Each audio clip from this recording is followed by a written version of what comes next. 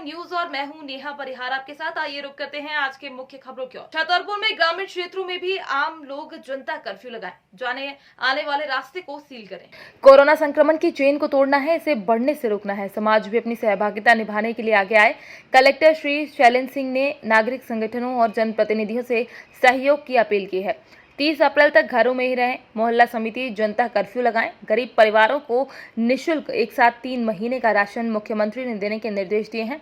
जनता curfew लगाने के लिए सांसद, विधायक और जनप्रतिनिधि व विभिन्न संगठनों के पदाधिकारी आगे आए। कोरोना संक्रमित होने के लक्षण हो तो तुरंत जांच कराएं। होम आइसोलेशन में कठिनाई हो तो कोविड सेंटर में भर्ती कराएं।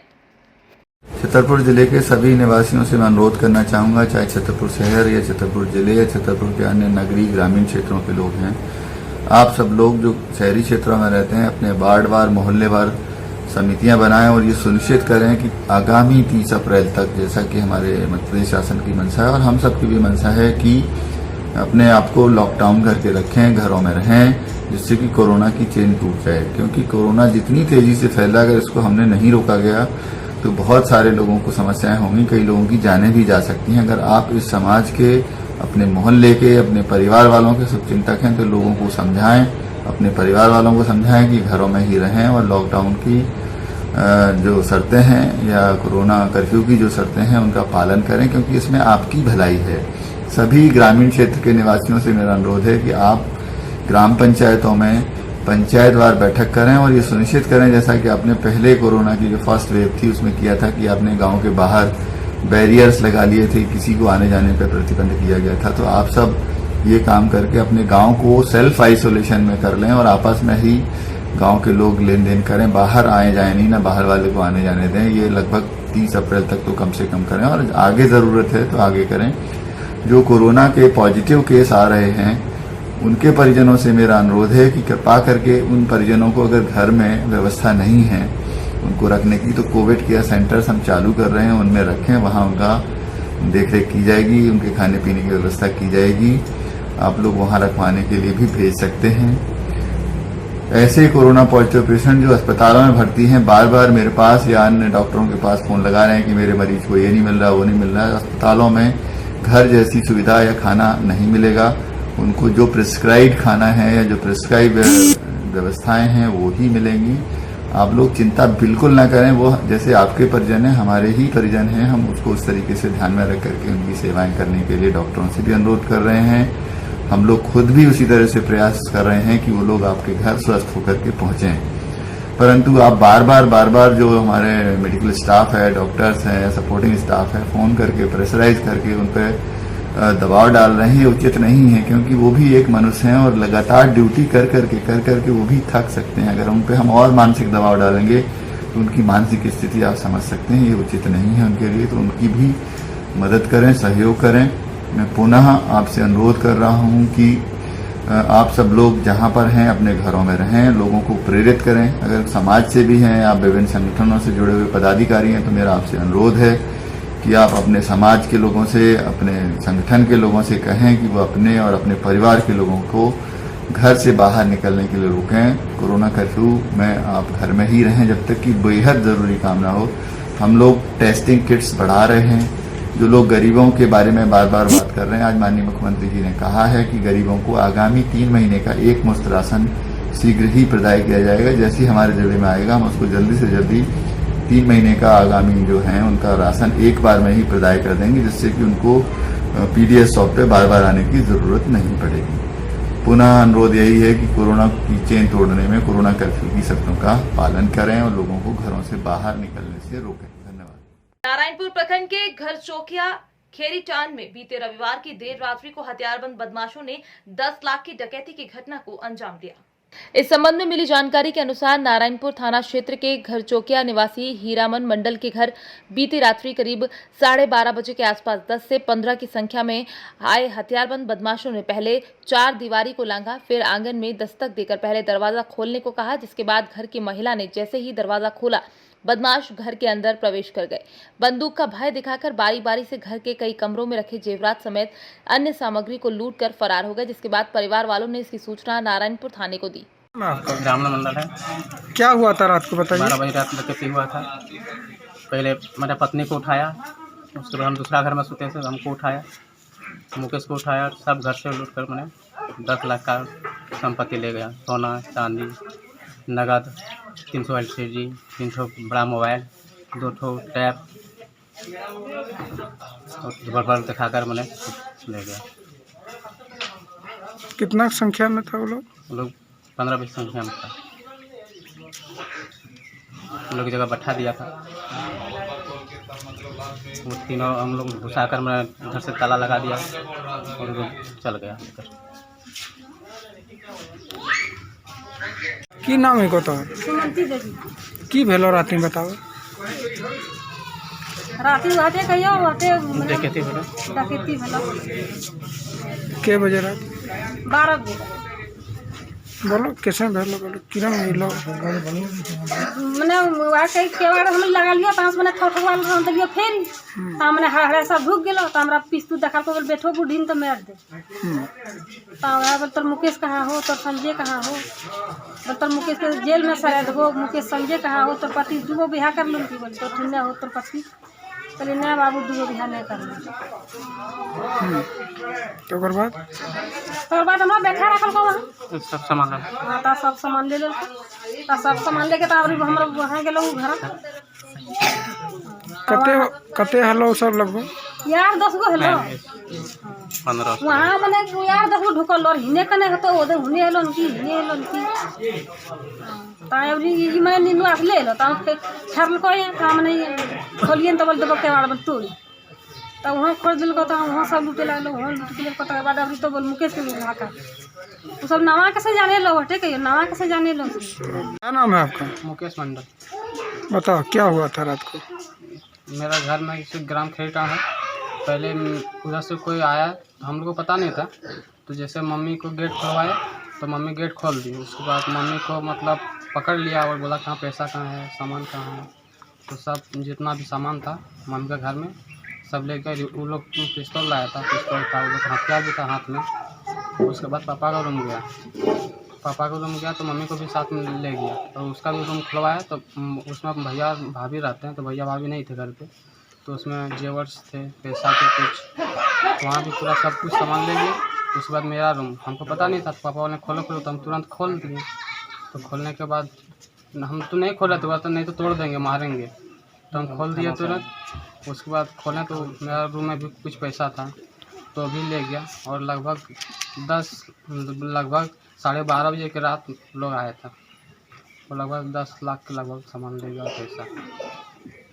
उसमें क्या क्या है? 10 लाख लगभग में जेवर से सोना है, सोना लगभग होगा 8 भरी सोना होगा और पैसा होगा, चांदी है, पैसा है 4-5 लाख, 4 लाख लगभग, और LCD है 3 गो, मोबाइल है, मोबाइल स्मार्टफोन है 3 गो, 2 गो टैब है, 3 गो LCD। तहसील के अंतर्गत आराकोट बंगार क्षेत्र में भारी ओलावृष्टि से सेब की फसल का नुकसान हुआ। कल और आज 2 दिन लगातार ओलावृष्टि होने से बागवानों की नकदी फसल सेब की भारी क्षति हुई है। बंगार के मोड़ा, बलावर, चिवा, जागटा, झोटाड़ी, किराड़ू, दुचाड़ू, कलिच, थुनारा, भोटाड़ू, मेजड़ी, किरोली, देवती, सराज सहित सभी गांवों में भारी ओलावृष्टि हुई है। ओलावृष्टि से बागवान काश्तकारों की सभी नकदी फसल सेब व टमाटर की फसल क्षतिग्रस्त होने से किसानों के सामने आर्थिक संकट पैदा हो गया है। दिनांक 17/4/2021 को जनपद उत्तरकाशी के विकासखंड मोरी के बंगान क्षेत्र में भारी ओलावृष्टि हुई, जिससे क्षेत्र के सेब बागवानों के चेहरे मुरझा गए। सेब की फसल में भारी नुकसान हुआ, जिस संबंध में हमारे द्वारा पूरे क्षेत्र के बागवानों की तरफ से माननीय मुख्यमंत्री जी को क्षेत्र के सेब बागवानों की समस्याओं से अवगत कराया गया और समस्त क्षेत्र वालों की तरफ से माननीय मुख्यमंत्री जी से मांग की गई कि माननीय मुख्यमंत्री जी क्षेत्र के बागवानों की समस्याओं को ध्यान रखते हुए जल्द उचित कार्रवाई करें। सालासर में कोरोना के बढ़ते ग्राफ को देखते हुए सालासर बालाजी मंदिर को अब 3 मई तक बंद रखा जाएगा। ये फैसला मंदिर प्रबंधन कमेटी, श्री हनुमान सेवा समिति और जिला प्रशासन की बैठक में लिया गया। मंदिर बंद होने के चलते सालासर बालाजी मंदिर पूर्णिमा व 27 अप्रैल को हनुमान जन्मोत्सव पर भरने वाले मेले का भी आयोजन नहीं हुआ है। लाखों की संख्या में देश विदेश से श्रद्धालु दर्शन के लिए आते हैं। इस बार बालाजी महाराज के दर्शन नहीं होंगे। आपको तो 1-4 को पूरा क्विंटल को कर दो सकता हूँ। जय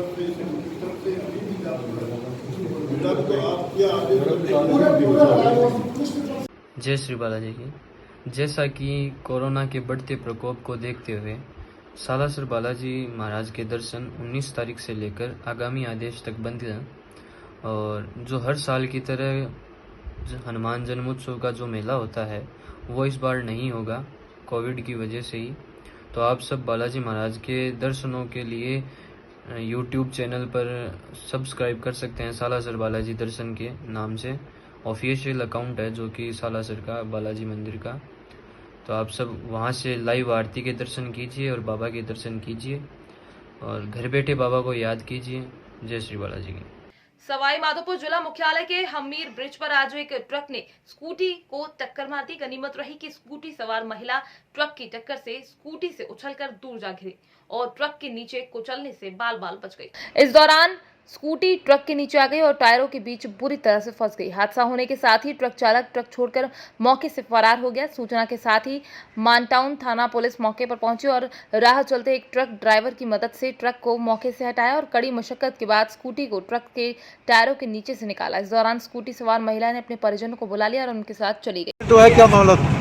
एक महिला थी जो शहर की तरफ जा रही थी, उसका एक्सीडेंट हुआ। कोई हादसा और बड़ा कोई नहीं बच गई महिला, लगी नहीं उसके। कहाँ की कोई जानकारी मिली इसमें? अभी तक उसकी जानकारी नहीं है, मालूम करके फिर बाद में बताएंगे। महिला कहाँ गई? वो महिला को उसके परिजन आ गए थे, चले गए। और क्या ट्रक का ड्राइवर?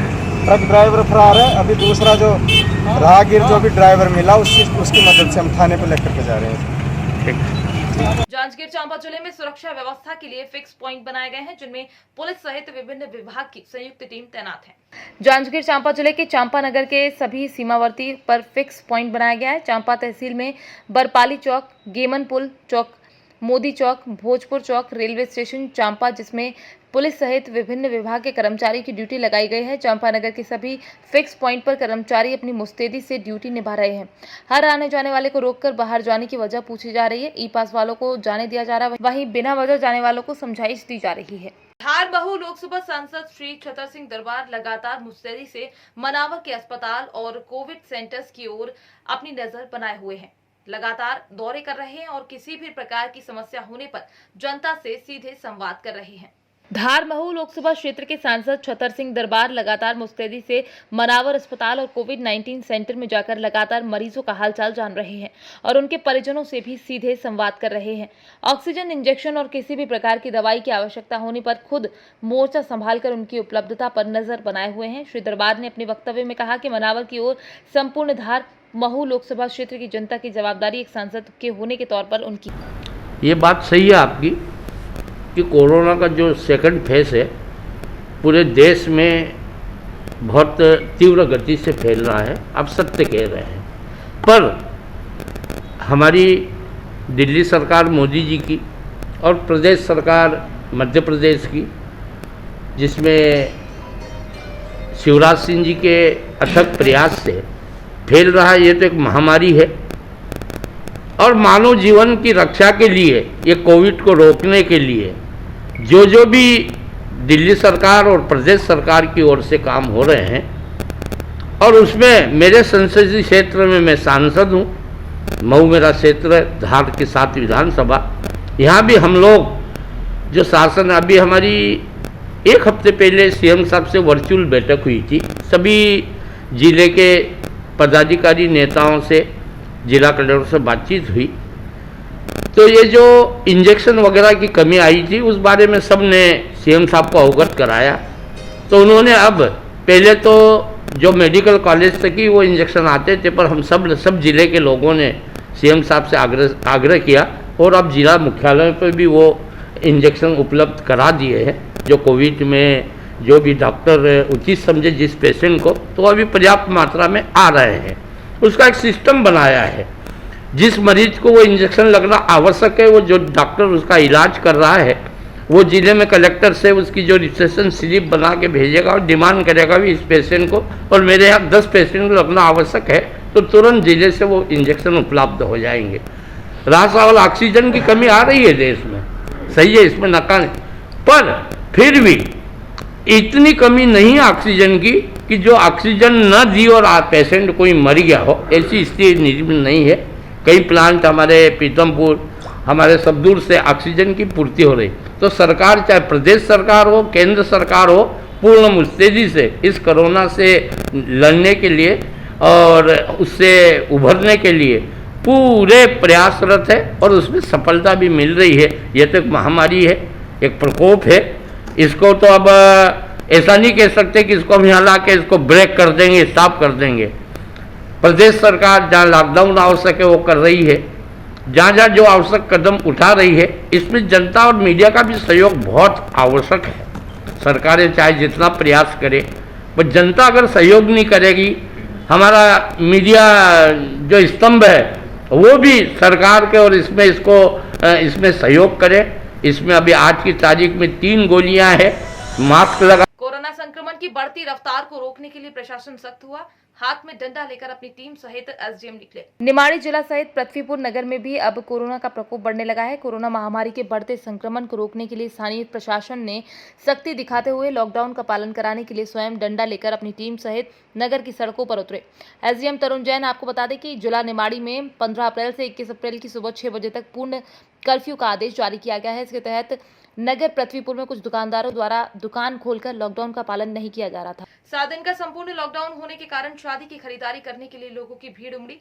5 मिनट का रास्ता आधे घंटे में तय कर पाए लोग। भिंड शहर में 7 दिन का संपूर्ण लॉकडाउन किया गया है। कोरोना संक्रमण की चेन को तोड़ने के लिए प्रशासन ने सोमवार की शाम 6 बजे से सोमवार की सुबह 6 बजे तक बाजार नहीं खुलने का फरमान सुनाया है। शादी समारोह के सामान की खरीदारी करने के लिए लोगों की भीड़ एकदम से बाजार में निकल पड़ी, जिससे बाजार की मुख्य गलियों में पैर रखने तक की जगह नहीं मिली। जिला निर्वाचन अधिकारी पर सवाल उठे, गाँव वालों ने आपत्ति लगाई। एक बहन ओबीसी तो दूसरी बहन की एससी का जाति प्रमाण पत्र बना। एक माँ बाप की 2 जातियां बनाती जिला प्रशासन ने। क्या प्रशासन की मिलीभगत से ये सब कार्य हुआ है? चुनाव के मद्देनजर रखते हुए अनुसूचित जाति का प्रमाण पत्र 1 सप्ताह में बनकर तैयार किया गया। एससी कोटे की सीट पर नीतू मित्रा को निर्विरोध निर्वाचित घोषित किया गया। माला कंजा हरैया से सीट घोषित होने पर वोटर लिस्ट में नाम नहीं था। जीती हुई प्रधान का कांग्रेस जिला अध्यक्ष हरप्रीत सिंह चब्बा का कहना है कि आरओ मुकेश कुमार की भूमिका संदिग्ध पाई गई है। योग से अपील करी हमने निर्वाचन निरस्त करे। दूसरा जो है उन्हें प्रमाण पत्र न दिया जाए, जिला प्रशासन से हमारी मांग है। तीसरा उनपे कानूनी कार्रवाई करें, लेखपाल पे और इस महिला पे एफआईआर करवाई है। और जो मुकेश कुमार है उनके भूमिका की जांच हो। जो तुम्हारे आरटीओ ये हैं रिटर्निंग ऑफिसर है, इनकी भूमिका की जांच हो। आपने प्रेस कॉन्फ्रेंस की है, कोई आरोप लगाया, क्या पूरा मामला है चप्पा जी? देखिए, इस समय जो निर्वाचन चल रहा है जिला पंचायत का, ग्राम प्रधान और बीडीसी का, इसमें भारतीय जनता पार्टी द्वारा बहुत बड़ा घपला किया जा रहा है। क्योंकि हमारे यहाँ मरौरी ग्राम ब्लॉक की सबसे बड़ी ग्राम पंचायत है कंजा हरैया, जिसमें जो है लगभग 5 साल में 5 करोड़ रुपए आते हैं। और उसका इन्होंने उसको अनुसूचित जाति में उस सीट को कर दिया था, जबकि यहाँ 1 भी सदस्य अनुसूचित जाति का नहीं था। अब इन्होंने वहाँ पे आरक्षित होने के बाद एक वोट बनवाया। वोट बनवाने के बाद एक लड़की को निर्विरोध प्रधान घोषित कर दिया, जबकि उसकी एक सगी बहन पिछड़ी जाति के प्रमाण पत्र पे चुनाव लड़ चुकी है और दूसरी बहन अनुसूचित जाति पे प्रधान निर्विरोध घोषित हो गई। एक बाप की 2 बेटियां, एक दलित और एक पिछड़ी, ये कैसे हो सकता है? आपने शिकायत की थी पहले? इसकी शिकायत हमने रिटर्निंग ऑफिसर को भी की, डीएम साहब को भी की। कोई ऐसी जगह नहीं छोड़ी निर्वाचन की, यहाँ नहीं की, और राज्य निर्वाचन आयोग में भी अपील की है, लेकिन अभी तक कोई सुनवाई नहीं हुई है। और ये सरासर गलत है और इस पर ध्यान थोपा जा रहा है, लोकतंत्र की हत्या की जा रही है, भ्रष्टाचार अपनी चरम पर है। आज की खबरों में फिलहाल इतना ही। बने रहिए GBN 24 न्यूज के साथ। नमस्कार।